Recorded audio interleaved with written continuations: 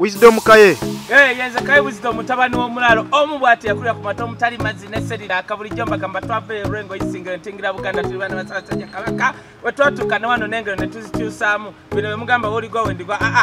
tumala kugwa Ssaabasajja Kabaka yasemba omuyingira nga tukuyingira ayayaya wali owulidde pastor nga alina same time Haji oli pastor Haji Bugingo nga nange enzunga mwebe naawe obadde ki baaliise Swamba Kasumba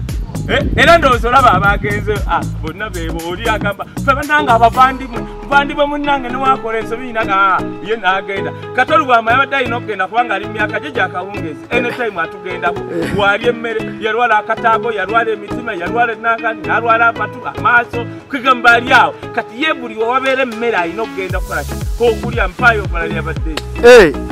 nze nkunnyonnyoza oba tebakuyise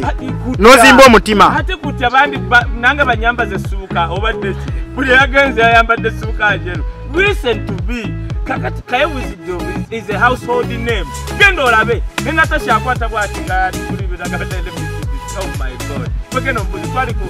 trek nanga you guy I don't even understand genda mbuzi kati no Kaye tuli wano kati embaga zoyogerako embaga ya Pastor Haji Bugingo sirinzi oli ali mu nkyogera nti abantu ali mu kwenda ku munne kuba mukyala wali gwe mukyala weto mumanyi mu mateeka ga Uganda tosobola kuwasa oba kwanjula awantu walanga waliwo okwanjula okuliwo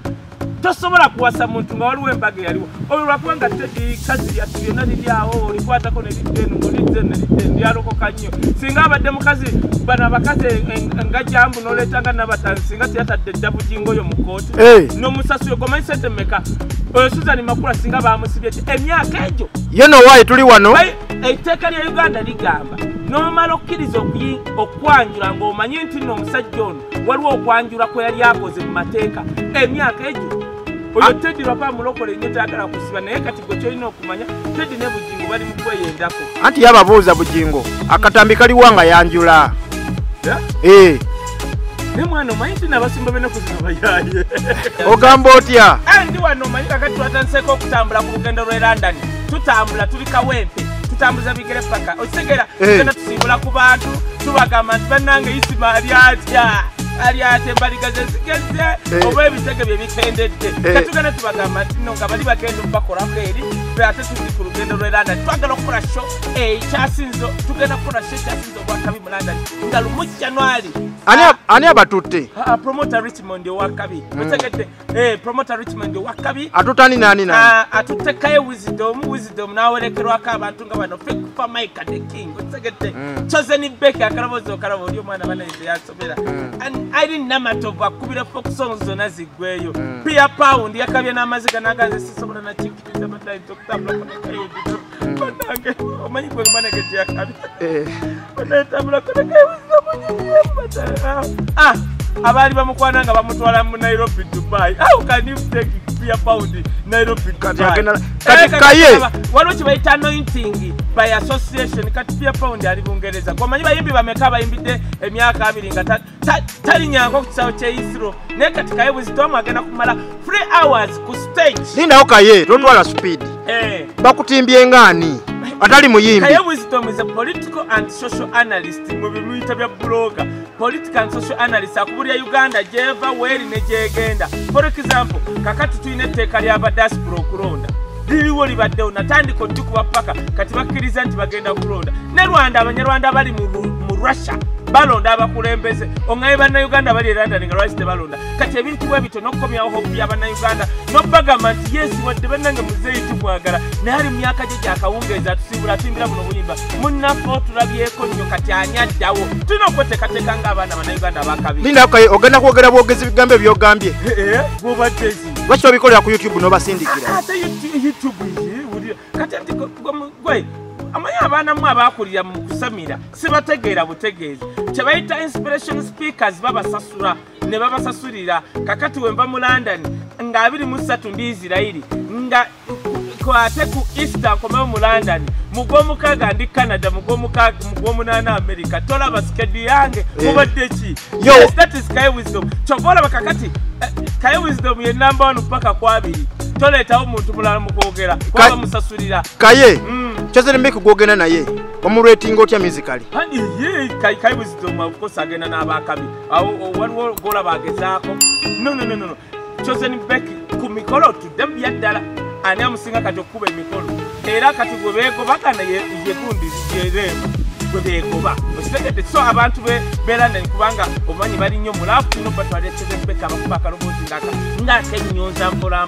ate kakati Tupac Michael obumanyi ye Wizkid wa Uganda akuba ati biri byonna gatta Tupac ne Notorious B.I.G. bonna bali mu Wizkid kakati be tutategeera mu Tupac tubitegerera mu Wizkid mukundi tubitegerera mu Tupac Michael otegere kyekugamba yagatta kyekundi Tupac Notorious B.I.G. ye n'abituyimbira wano mu Luganda kati kaye Chosen Mbeki yagenda ke South Africa n'atayimba olowooza yetesetese atya bw'abaddako naye tagenda kumva wano agenda kubanga mugugu bambuuza what is your name nga mugamba ono bamuyita Chosen Mbeki osegete lwaki teyeddiramu because she's a star nze ngenda omwogerera kubanga tokemanga Mukama Katonda otowanga stadi ebbanga omwana bamugana oyingire South nga babuuza bibuuzo ne wali Isiro kati agenda kumba wano Tupac Michael wano bonna wano era omugwangenda gusiba bwenti ngusiba eno n'eno bonna tebambaako olina omekenga sure wayimba ku kivulu kye London oli wambuuza ng'amaga this is a star this one is a star check your phone ate abazungu bagezi ng'ateekamu what name agenda okula Tupac Michael agamba okay kubanga basita bali teboogera nze ngenda oboogera nzireko olwo bibaddiramu ebibuuzo olala babiyite ebyokuddamu ye musimbula ddi sawa yonna gwe tofanye nagambe tutandise otambula omanyi gye tugenda kuyita ttake tusooke tubamba ab'ettake mamanye yugwe ttake ono ani OS bakono osasiba abantu ngamba OS Mbadi Entertainment ow'ettake Istanbul tusigenda tusooka tubamba ab'ettake tuyingira ate London nga tuli baana bakabisa gamba ekivulu kyange kyekivulu ekigenda okuggalawo ebivulu ebibaddewo omwaka guno kati ebibaddewo ng'ebyaka miliyoni palasi ebyo bibadde kati bikolawo omwaka ekyali kigenda okuggalawo ate kigulawo ebijja okukolebwa omwaka gwakulembedde mu bagenda kugambe nze gwe baleeta abaana agenda osooka ku stage ya Pound Namatova ajje Chosen Mbeki ajje Tupac Michael ajje bwe bamala okukuba emiziki ng'abantu bagize nga basooka bakkakana ng'olyokulaba mbakwata nti ngenda batandikana mbazze nga mbatambula butambu bamanyi kye bayita okutambula omuntu ngenda batambula kanne mu kanabbi olyokola bakabudde kejenge babukubi ne fireworks